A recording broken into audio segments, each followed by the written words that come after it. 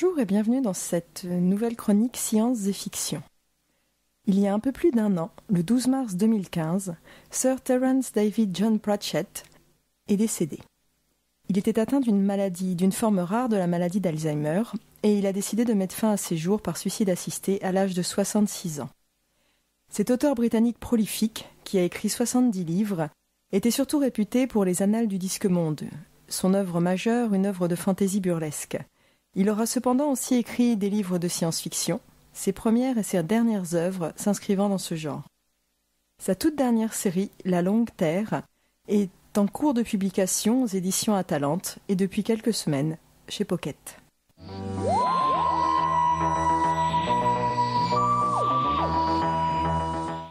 Terry Pratchett est né le 28 avril 1948 à Beaconsfield, en Angleterre.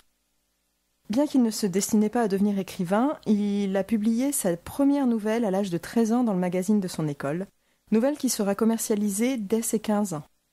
Il est devenu journaliste, puis a publié un certain nombre d'histoires pour enfants dans le journal local. Il n'a alors que 17 ans. En 68, il rencontre dans le cadre de son travail de journaliste le directeur d'une petite maison d'édition, à qui il parle du roman qu'il vient d'écrire et qu'il a intitulé « Le peuple du tapis ». Suite à cet entretien, il obtiendra la publication de ce premier roman en 1971. Tout comme ses nouvelles, il s'agit déjà d'œuvres de fantaisie.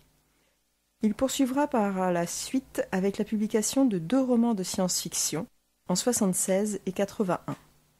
Ce n'est cependant qu'en 1983 qu'il acquérera la notoriété avec la publication du tout premier roman des Annales du Disque-Monde, intitulé « La 8e couleur ».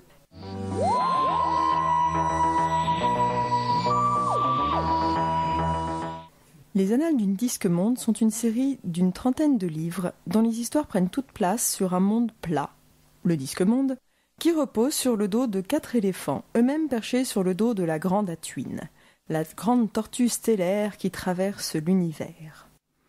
Des personnages tous plus loufoques les uns que les autres se côtoient dans ce monde. On a par exemple Rincevant, le seul mage incapable de jeter le moindre sort. Mémé Cire du Temps, redoutable sorcière spécialiste de la tétologie. De Fleur, un touriste, la pire espèce qui existe, qui est accompagné du bagage. Un coffre aux pattes multiples qu'il ne vaut mieux pas énerver.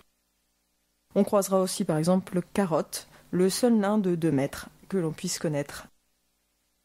Les Annales du Disque-Monde sont en fait une parodie de la fantaisie classique. Terry Pratchett va détourner les codes que l'on y rencontre habituellement, ce pour le plus grand plaisir de ses lecteurs. On va retrouver des références à de très nombreux univers de fantaisie ou de science-fiction, à des personnages aisément reconnaissables, comme Cohen le barbare, une version vieille, chauve, édentée, borgne et barbue jusqu'aux genoux d'un certain Conan. On va aussi retrouver des parodies de l'univers réel, comme du monde du cinéma ou du monde du journalisme. Avec le temps, l'œuvre de Pratchett se fera de plus en plus sombre, de plus en plus sérieuse, dans le sens où on va passer de récits qui étaient axés sur des situations comiques subies par les personnages, à des récits qui sont axés sur les personnages eux-mêmes, et dont les personnalités déjantées vont amener des situations comiques.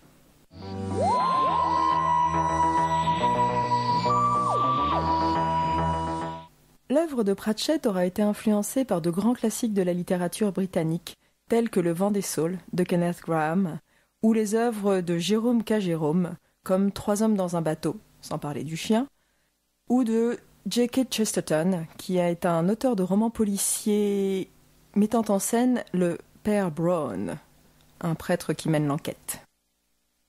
Il aura aussi été influencé par les maîtres de la science-fiction américaine que sont Isaac Asimov, Le Grand Livre des Robots ou Le Cycle de Fondation, et Arthur Clarke, 2001, L'Odyssée de l'espace ou Rendez-vous avec Rama.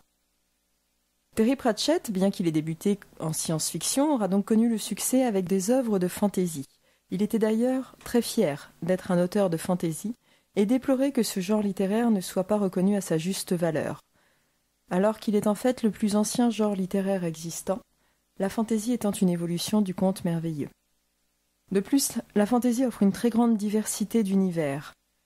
On va partir des légendes du roi Arthur pour aller dans les métros londoniens de Neverwhere de Neil Gaiman, en passant par l'univers enfantin et animalier du Vent dans les saules, ou le Londres victorien de Jonathan Strange and Mr. Norrell de Susanna Clarke. En fantaisie, tout est possible.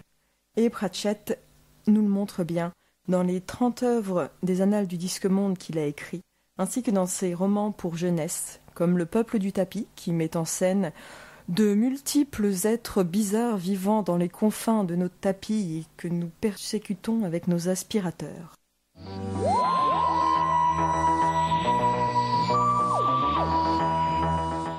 Les dernières œuvres de Terry Pratchett le ramèneront cependant à ses premières amours, à savoir la science-fiction. Mais attention, pas n'importe quelle science-fiction, de la science-fiction burlesque, bien sûr. Sa toute dernière œuvre est une série de 5 romans, coécrits avec Stephen Baxter, auteur reconnu de science-fiction, intitulée La Longue Terre.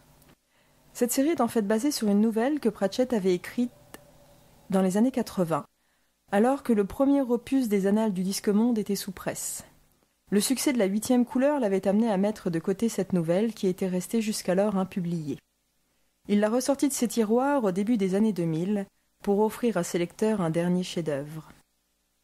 La Longue Terre, c'est une infinité de mondes parallèles similaires à la Terre que nous connaissons et auxquels on peut accéder grâce à un passeur. Cet objet hautement technologique est constitué d'un boîtier abriquant un commutateur, du fil de cuivre et une pomme de terre. Relativement simple à fabriquer, le passeur rendra possible à tout à chacun le passage de la Terre dans les univers parallèles. Et si cela réjouit Monsieur Tout-le-Monde, les gouvernements ne voient pas ça d'un bon œil. Comment voulez-vous contrôler une infinité de mondes parallèles ? Ce qui est très intéressant dans cette nouvelle série, c'est l'association d'un auteur de fantasy burlesque, Terry Pratchett, et d'un auteur de hard SF, Stephen Baxter. Stephen Baxter est connu pour ses romans basés sur les dernières connaissances scientifiques et toujours rigoureux d'un point de vue scientifique. Le mélange de ces deux univers antipodaux va permettre de créer un roman unique, savoureux, à lire absolument. La série de La Longue Terre est publiée aux éditions Atalante depuis 2013 et aux éditions Pocket depuis quelques semaines.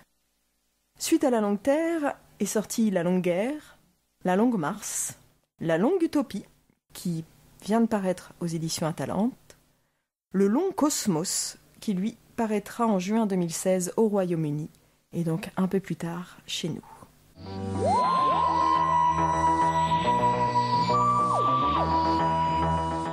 Je vais donc vous lire un extrait de La Longue Terre de Terry Pratchett et Stephen Baxter, dans lequel on fait la connaissance d'un personnage nommé Josué Valiente, un jeune homme qui, lui, est capable de passer d'un monde à l'autre sans passeur, et qui jouera un rôle non négligeable dans l'histoire de cet univers si particulier.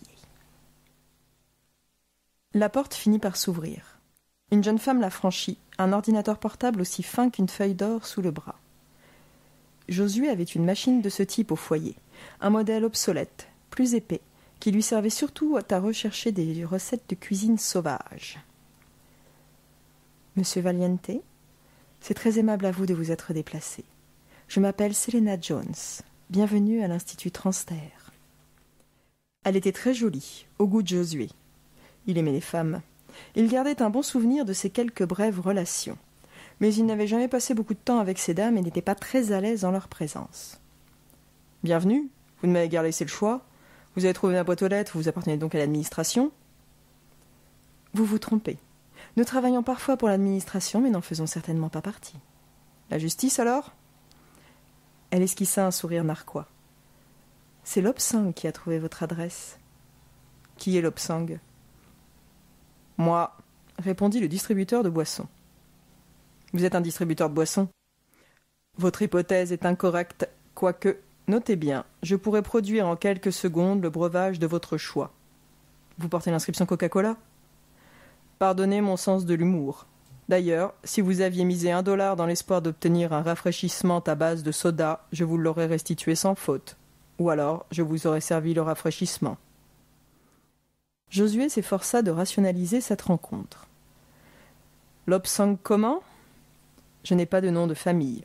Dans l'ancien Tibet, seuls les aristocrates et les bouddhas vivants portaient un patronyme. Josué, je n'ai pas cette prétention. Êtes-vous un ordinateur ?